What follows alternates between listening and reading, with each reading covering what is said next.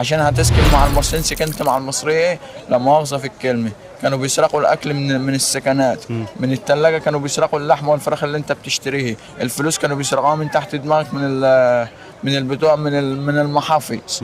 بص كل حاجه كانوا بيعملوها، لا مؤاخذة الهدوم كانوا بيسرقوها، بتشتري الهدوم جديده بيسرقوها من قلب السكن. ازيك يا نجم، عامل ايه؟ والله تمام الحمد لله. كله تمام الحمد لله. الحمد لله. انت منين من مصر؟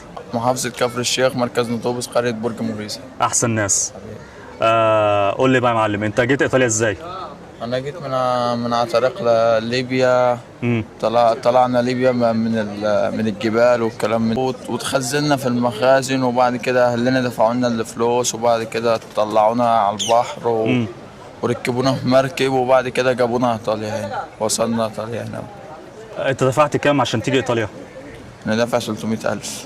ايه اللي انت شفته من اول ما طلعت من مصر لحد ما وصلت ايطاليا على البحر بقى، الحاجات اللي انت قابلتها صعبه يعني؟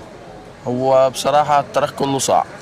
احكي لنا، طيب احكي لنا يعني ايه اللي انت شفته، ايه يعني ايه المخاطره اللي انت شفتها والحاجات اللي اول مره تشوفها في حياتك؟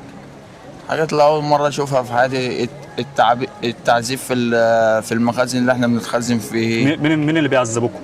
الليبيين والعرب اللي هم بيقوا بتوع المخازن، هات فلوس هات كده، اللي ما معكش فلوس بتنضرب، ما معكش فلوس بيرميك في الغابة، ما بتعرفش تروح يمين ولا شمال، ما بتعرفش تعمل حاجة، بتطلع بره تشتري حاجات من بره. الليبيين بياخدوا منك الفلوس وبيضربوك وبيخطفوك، اللي بيتمسك بيتخطف وبيندفع على فلوس كتير وما بيرضوش يطلعونا كمان ولا بيرضوا ياكلونا، واللي بيتكلم بيضربوه، واللي بيعمل بيفضلوا يضربوا فينا كلنا وبيعذبونا في قلب المخازن.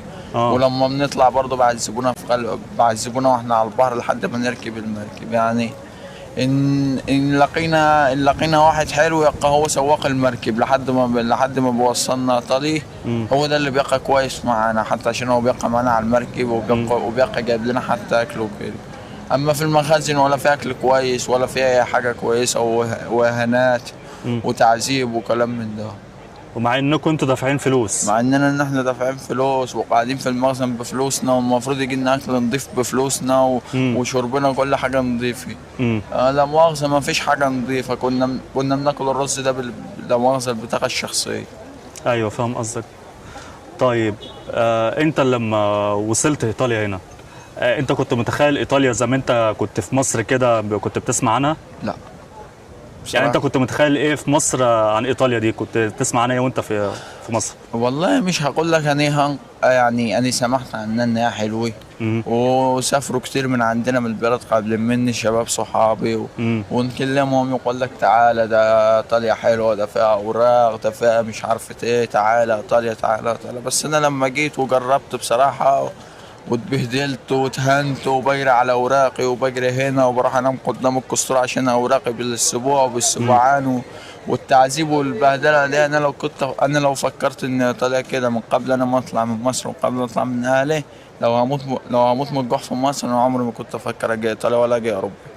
عمري في تاريخ حياتي ما كنت افكر لو هموت من الجوع كده اموت اروح لربنا من الجوع، عمري ما كنت نطلع اوروبا لو انا كنت بفكرها كده. بس انا كنت حاطط خيال، يعني فكر تاني في دماغي عن ايطاليا وعن اوروبا، عن يعني الفكر ده اللي بيجي لجميع المصريين اللي بيشوفوا الصور وبيشوفوا اصحابهم ويكلم فلان قريبه ويقول له لا ده ايطاليا جميله، ده ايطاليا مش عارف ايه، ويكلم فلان قريبه برضه نفس النظام، بياخد فكره في راسه وحش، فلما بيجي هنا بيلاقي فكر تاني غير اللي هو كان حاطه في راسه، فغير كده فهو ما تفكرش وما تشوفش الصور وتقول ده انا هعمل زي اللي في الصور، ده انا هعمل نو. فكر في راسك وفكر مع اهلك، وبعد كده قرر واطلع طلعه نظيفه. شفت ما تروحش تهريب، ما تروحش من عن طريق اليونان، ما تروحش من عن طريق ليبيا، شوف لك طريق طيران من اللي هو بالاوراق وكده. تنصح الناس اللي هي تيجي قانوني؟ انصح الناس كلها تيجي قانوني والله. وما حدش يصدق اي حد هنا في ايطاليا؟ ما حدش يصدق اي حد، ابن عمك ما تصدقوش، اخوك ما تصدقوش، ابن عمك مش هيساعدك يومين اتنين وبعد كده هيخلع عنك. انت ليك حد معرفه هنا؟ لا ماليش حد معرفه هنا. طب انت عندك كام سنه؟ انا عندي 20 إلى 5 أيام. طب انت بالك قد ايه في ايطاليا؟ انا بقالي بالظبط سنتين و6 شهور بالظبط. يعني يعني ما حدش في الفتره دي خالص او اول ما جيت من صحابك او حد معارفك هنا ساعدك في لا، حاجه؟ هم اصحابي يشكروا الحمد لله، انا عندي اه. اصحاب واتعرفت عليها في الطريق. امم. وفي اصحاب برضو كانوا لاقيهم من مصر برضو يعني. امم. ربنا يصلح حالنا وحالهم، دي الكلمه اللي انا اقدر اقولها لك. امم. ساعدوني كتير، ساعدوني وقف جنب كتير صحابي هنا، متعرف عليهم من هنا ومتعرف عليهم من مصر برضو. تمام. اما بالنسبه للقرايب، ما فيش في اوروبا قرايب بتنفع حد. هقول لك على حاجه، يكون قريبك بقى انتوا مع العيله يعني كويسين مع بعض. تمام. اما مثلا هتقول لي جوز خالتي، هتقول لي جوز عمتي، هتقول لي ابن عمي، عمي، مش عارف ايه. لا، ما كانش قريبك ده صاحب ليك ومثلا من نفس سنك، من عنده 25، من الشباب اللي هي، لو قريبك راجل كبير مش هيساعدك في ايطاليا، يقعد يقول لك الظروف وايطاليا صعبه وايطاليا غاليه وايطاليا رخيصه، ومش هيساعدك بحاجه. دي ما حصلت مع ناس كتير. طب ايه الحاجات الحلوه اللي انت شفتها في ايطاليا؟ والله الحاجات الحلوه اللي انا شفتها في ايطاليا الاوراق، العيشه الحلوه، لما تبقى عايش وشغال شغلانه نظيفه. بس هو يعني وبرضه الشغل مع المصريين مش حلو، لان اكتر المصريين هنا، لا مؤاخذة في الكلمة، أكتر المصريين هنا بتسرق حق الناس. اللي بيشغلك ال 12 ساعة ب 30 يورو، واللي بيشغلك بالأكتر من ال 12 ساعة ب 30 وب 25 يورو، دي ما يرضيش ربنا. دي حاجة ما ترضيش ربنا. وأكتر المصريين اللي هم اللي شغالين في المعمار برضه يشغلك في المعمار وما يرضاش يديك فلوسك وما يرضاش يحاسبك. تشتغل معاه مش عارف في بتاع الخضار برضه يشغلك بال 13 ساعة وبال 14 ساعة بال 30 يورو، وكمان مستكترها عليك وما يرضاش يديها لك، ياكل عليك اخر الشهر فلوس، يديك نص فلوسك وياكل عليك الفلوس التانية. وبتاع اللافاتجو نفس النظام. فيعني هي انت بصراحة عشان تعيش عيشة حلوة في ايطاليا يكون معك اوراق وشغال مع راجل ايطالي وساكن مظبوط. مع راجل ايطالي.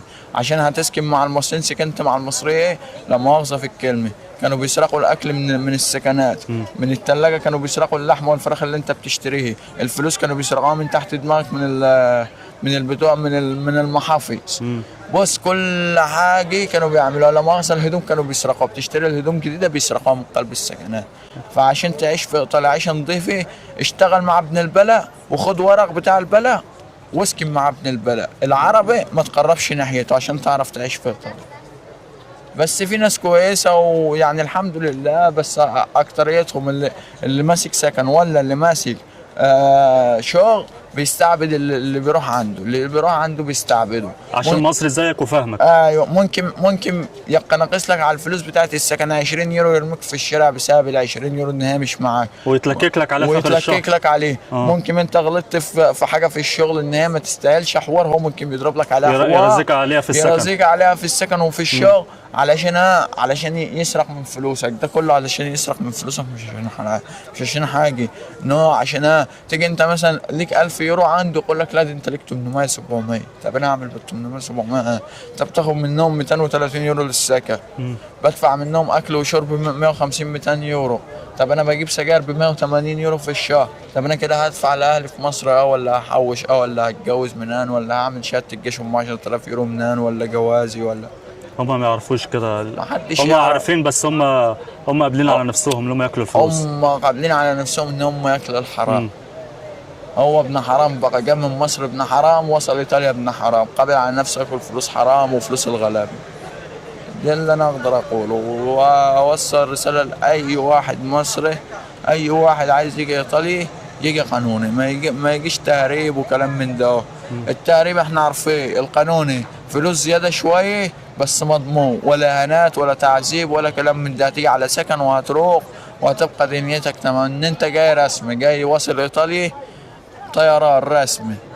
اما هتيجي تهريب ان كان من على خط اليونان والنواحي دي او من على خط ليبيا، الخطاي اسود من بعض الاثنين، وتعذيب اكتر من بعض الاثنين على جواز الخطوط، تعذيب ما فيش كده.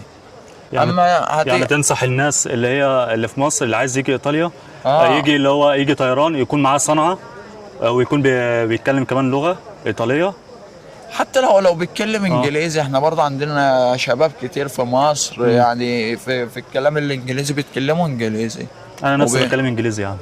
انا عندنا ناس كتير في مصر يعني 20% من المصريين بيتكلموا انجليزي ومعاهم اللغه الانجليزيه. فهو حتى هو لو مثلا عنده 12 سنة في مصر، هيركز في اللغة الإنجليزية، هيركز في اللغة الإيطالية وهو في مصر لحد ما يجيب ال 15 16 سنة. وبعد كده لما يطلعوا رسمي مثلا بقول ب 2000 يورو زيادة ولا ب 3000 يورو زيادة، هم ضامنين ابنهم رايح فاي، هيركبوا بإيدهم الطيارة.